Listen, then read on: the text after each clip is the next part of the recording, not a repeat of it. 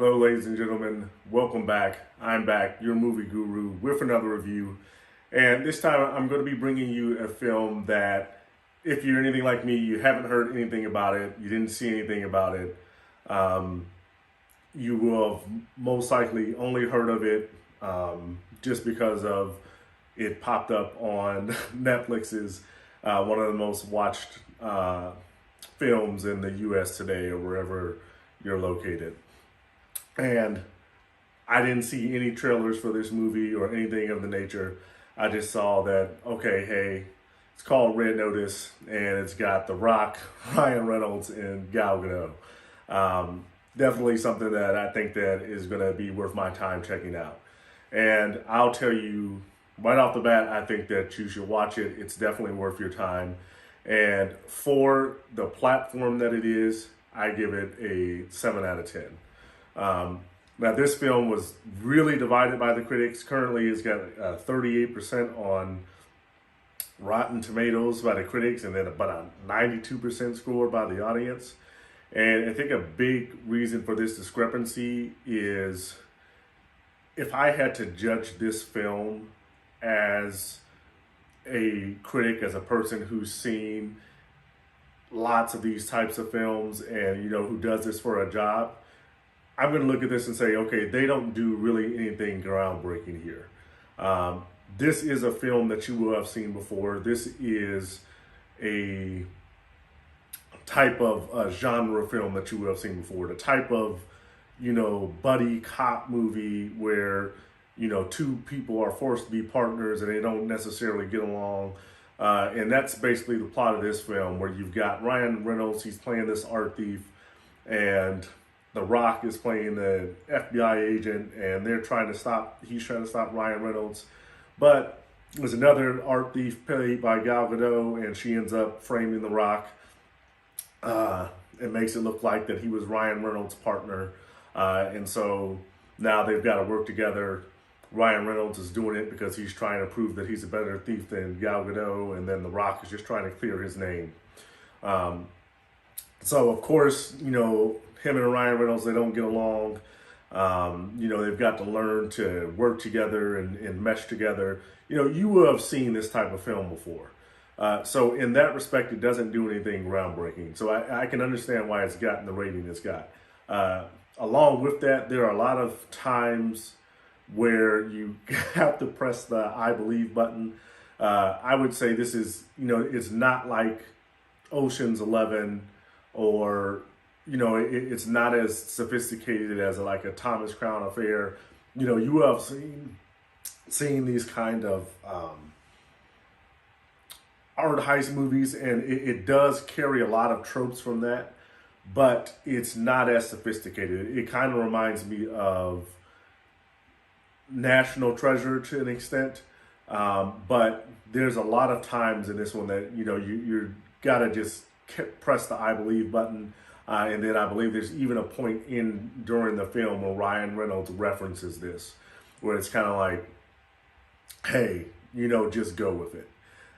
So from that respect, I can see why critics wouldn't give this film a high rating, because it's nothing groundbreaking.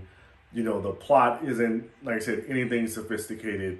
And, you have seen this before. And, I can't think that 10, 15, 20 years from now, when you're thinking about great art heists, this is going to make it into your list. It's not going to happen. But that said, I can understand why it has such a high score, or a high positive rating, consistent positive rating from the audience. And it's enjoyable. Like I said, especially for the fact that it's on Netflix. It's one thing that if you've got to go out and make an event of this, you got to go out to the theater, leave your house, get dressed, and, maybe not have nice audience members in there with you. And so you have to make a whole event of this, versus something that you're already a Netflix subscriber. It's right there. You can pause, you can rewind if you miss something, you can watch in your robe. It's a completely different dynamic. And I would actually recommend seeing this in theaters if it wasn't on Netflix. I think that it is that entertaining enough. Like I said, it's definitely not something that you won't have seen before, but I think the charisma between The Rock and Ryan Reynolds is enough to where it's not groundbreaking, but it is enjoyable.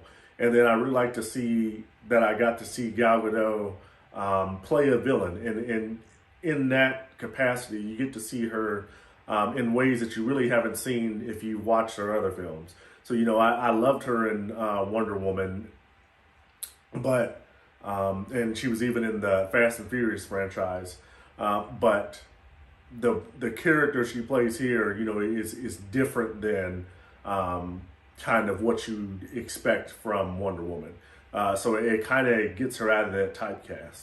And then as far as The Rock, at this point, if you've seen enough of The Rock's films, you know what you're going to get if you're seeing a Rock movie. If you don't like The Rock's films, if you don't like him as an actor, you don't like the characters he plays, then you're going to know that this film isn't for you. And then I'd say it goes just as equally so for Ryan Reynolds. At this point, with a Ryan Reynolds film, you know the type of character that he's going to bring to a film. If you've seen, Green Lantern or the Deadpool movies, or the films, the Hitman, the Hitman's Bodyguard, and all that, you kind of know at this point what type of acting that Ryan Reynolds is going to bring to a film. So if either of those are not for you, then you're going to know, okay, I'm going to steer clear of this film. The action, the type of action that you're going to expect from The Rock, you get that. The type of comedy that's, it's going to be on Ryan Reynolds' shoulders, and what he's going to bring, that's what you get. Like I said, the only one that was a bit different in what you got, I'd say, was Gal Gadot, because you get to see her, and it was refreshing. You get to see her in a type of role that you haven't really seen up till now. And like I said, this film, it definitely wasn't something that had me on the edge of my seat, or I'm so invested what's going to happen next. But it was entertaining. It was enjoyable. I liked watching it. Like I said, especially something to grab some popcorn and sit down and enjoy on your couch and watch on the weekend. Absolutely. To sit at home and then, like I said, get to see an A-list cast. And the film, like I say, is not groundbreaking, but and there's a lot of times you have to press the I believe button, but it's not 100% paint by the numbers, which it easily could have devolved into. So I was very happy to see that they did say, that we can just put this out there and know you're going to watch it just because of the A-list cast, but we can do something a little different and not just completely paint by the numbers with this film, and make it so that it actually does have a few twists and turns in the plot, and everything's not exactly this formulaic paint by numbers. You know exactly what you're going to get, and so I enjoyed that too.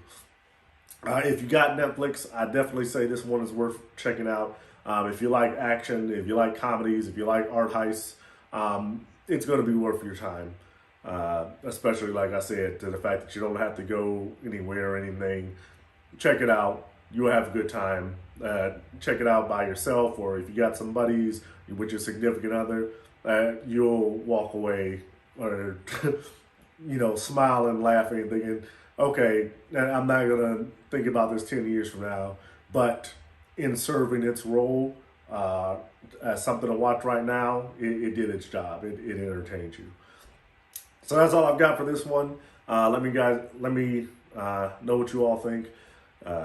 Send me a comment, hit the like button, hit the subscribe button, and I will see you all in the next one.